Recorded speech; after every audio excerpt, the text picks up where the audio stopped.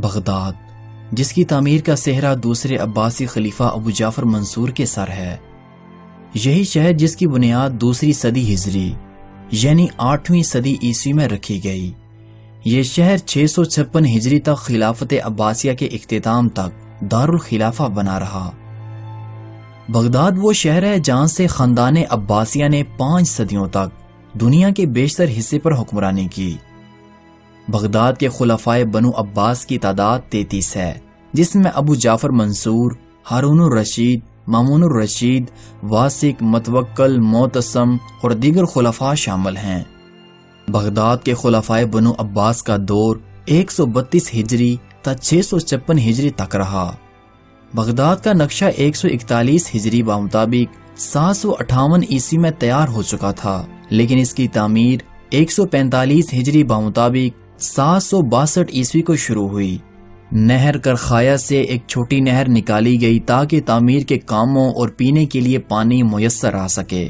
149 ہجری بمطابق 766 عیسوی تک بغداد کی تعمیر مکمل ہو چکی تھی۔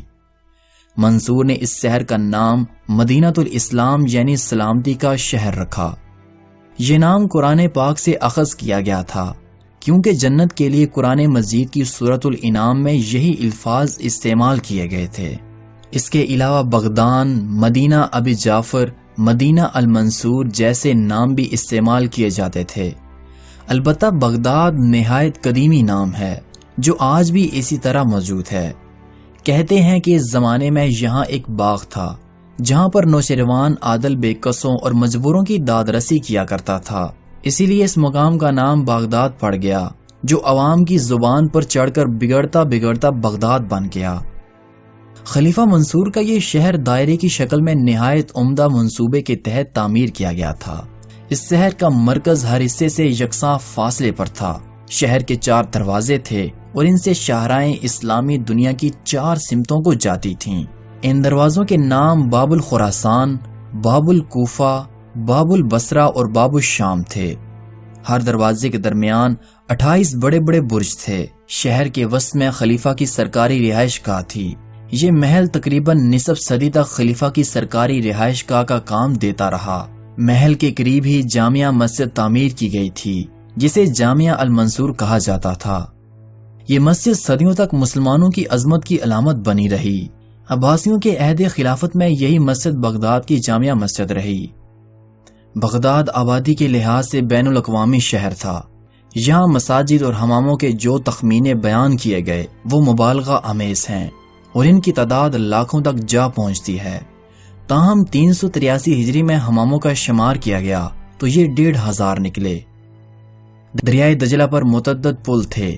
اس کے باوجود مشرقی اور مغربی دونوں سمتوں میں آمد و رفت کے لیے 3000 کشتیاں چلتی تھیں۔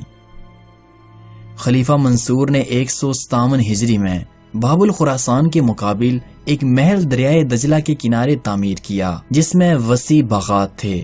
اس کا نام منصور نے الخلد رکھا۔ پھر منصور نے دریائے دجلہ کی مشرقی جانب اپنے بیٹے مہدی کے لیے ایک فوجی چھاؤنی قائم کی، جس کا نام بعد میں رصافہ رکھا گیا۔ منصور نے بغداد کی تعمیر پر کتنی رقم خرچ کی، اس بارے میں مورخین کے درمیان اختلاف ہے۔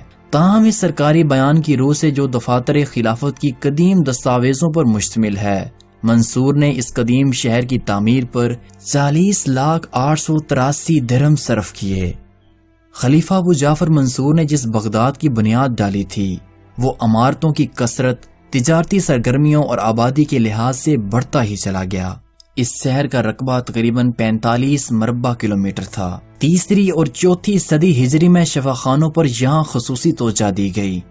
خلیفہ نے خاص طور پر حکم دیا تھا کہ طبیبوں کا امتحان لیا جائے اور امتحان میں کامیاب ہونے والے ہی طبابت کا اجازت نامہ حاصل کر سکیں گے۔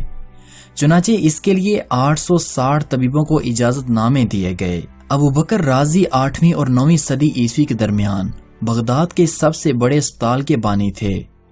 انہوں نے شفاخانے کے لیے مناسب مقام اس طرح تلاش کیے کہ شہر کے مختلف مقامات پر گوشت کے پارچے لٹکائے، جس جگہ گوشت سب سے کم سڑا وہیں اسپتال بنائے گئے۔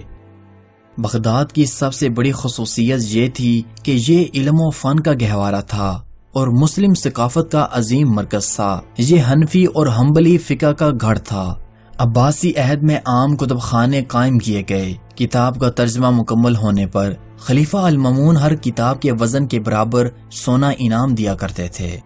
یہ بغداد ہی ہے کہ جس کی سرزمین نے کتنے ہی ایسے گہرائے آبدار کو جنم دیا جن کی چمک سے اسلامی تاریخ روشن ہے۔ مگر وہ کہتے ہیں نا کہ ہر عروج کو زوال ہے۔ خلافت عباسیہ کے ساتھ ساتھ اس شہر پر بھی زوال آ چکا تھا۔ ایران میں چنگیز خان کا پوتا ہلاکو خان حکمران تھا اور بغداد میں عباسی خلیفہ مستعصم کی خلافت کا تیسرا سال تھا۔ تاتاری بغداد پر حملے کی تیاریاں کر رہے تھے۔ خلیفہ کے وزیر ابن القمی نے ہلاکو خان کے ساتھ ساز باز کر کے خلیفہ کو یہ مشورہ دیا کہ علم اور روحانیت کے اس مرکز میں 3 لاکھ فوج کی کیا ضرورت ہے، یہ خزانے پر ایک غیر ضروری بوجھ ہے۔ چنانچہ بغداد میں چند ہزار سپاہیوں کے سوا باقی تمام فوج کو دائمی رخصت دی جا چکی تھی۔ دوسری طرف بزرگان قوم اور علماء دین کی یہ حالت تھی کہ ان کے مناظرے اب ختم ہونے کا نام ہی نہیں لیتے تھے۔